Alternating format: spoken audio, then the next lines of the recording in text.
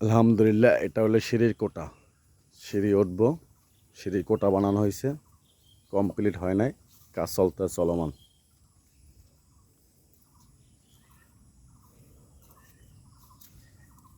এটা হলে BD level পর্যন্ত হয়েছে, বিমে ডালাই হবে। এই যে এখানে দুটো বাথরুম হবে, এটা বেড বারান্দা সহ।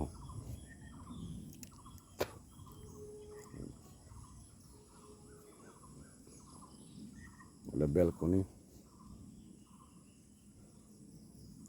এই একটা বেড হবে, এটা বাথরুমের ট্যাঙ্কি, রিজার্ভ ট্যাঙ্কি। এটা কিচিং রুম,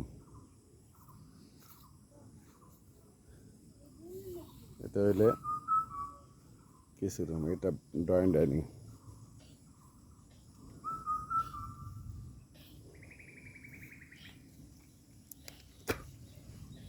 এটা বেডরুম, এটা বেডরুম ব্যালকনি সহ।